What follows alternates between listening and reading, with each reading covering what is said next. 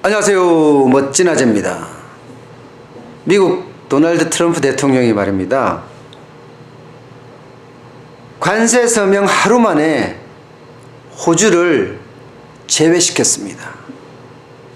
캐나다, 멕시코에 이어서 호주까지 철강 관세 폭탄 25%를 매기지 않기로 한 거죠.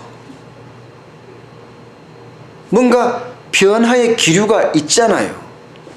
기회가 있고 틈새가 있다는 뜻입니다.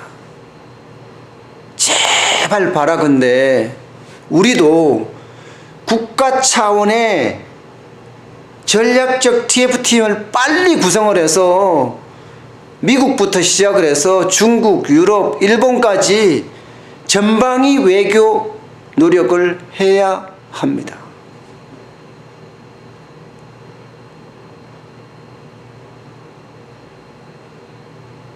일본만 하더라도요, 아베 총리가 전격적으로 나서서 뛰어다니고 있습니다. 우리는 통상교섭본부장의 개인기에 기대고 있다니까요. 정부는 WTO에 제소하면 되지, 아주 의례적인 말만 되풀이하고 있습니다. 이래서는 안 됩니다. 미국의 수출이 11%의 수출 비중이, 중국 24.8% 정도, 유럽 9.4% 정도 될 거예요. 전체가 46%입니다. 어마어마한 비중이에요. 수출 비중으로. 미국이 저렇게 보복관세를 때리면 중국도 때릴 거라니까요. 그러면 거기에 저희 품목도 포함이 된다니까요. 그러면 중국도 우리를 제재하게 되는 거예요. 미국과 동시에 말입니다. 그러면 고래 싸움에 새우등 터지듯이 우리는 빵빵빵 나가 터져야 된다니까요.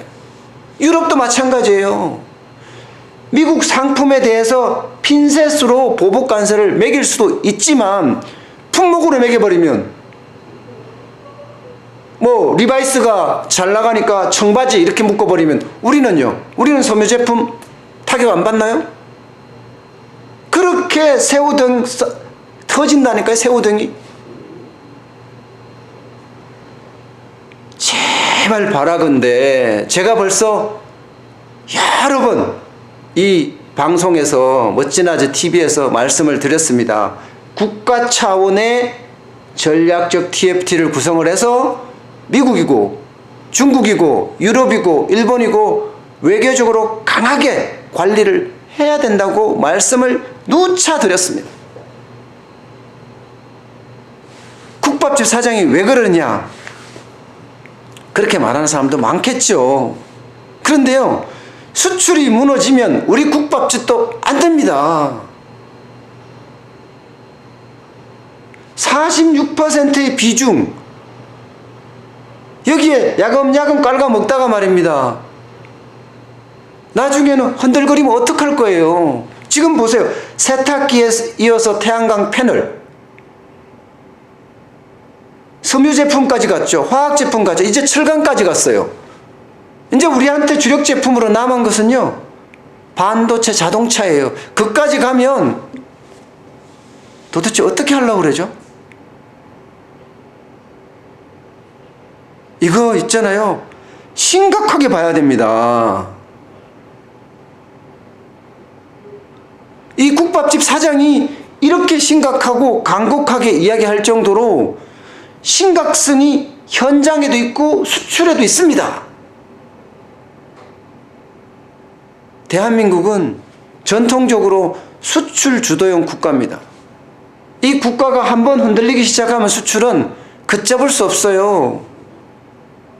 지금 조선 이제 회복한다고 하지만 엄청나게 망가졌죠. 자동차 GM 코리아 철수한다고 난리죠. 난리가 아닙니다. 일자리는 점점 감소가 되고 청년 실업은 계속 증가하고 있어요. 그러면 우리 같은 국밥집은 안 된다는 거예요. 밥집인데도 불구하고. 제발 바라건대 국가 측 전략적 TF팀을 빨리 구성해야 됩니다. 그래서 대통령께서 나서야 됩니다.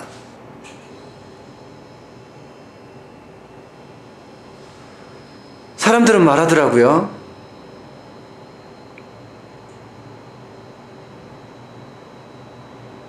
청와대 관계자가 트럼프 대통령을 만나서 철강 관세에 대해서 우리도 제외해 주십사, 면제해 주십사 이야기를 했다고요? 그런데 말입니다. 외교적인 관례라는 게 있어요. 안보 차원에 가서 이야기를 하고 있는데 거기에 경제 이야기를 곁댄다고요? 모르겠습니다. 트럼프 대통령이면 그럴 수도 있겠네요. 워낙 돌출 행동을 잘하니까. 그렇지만 관례상은요. 안보 채널은 안보 채널, 경제 채널은 경제 채널, 문화 채널은 문화 채널입니다.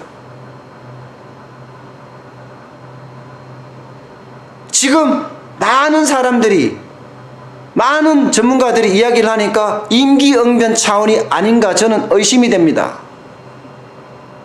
행동으로 나서서 행동으로 보여야 됩니다.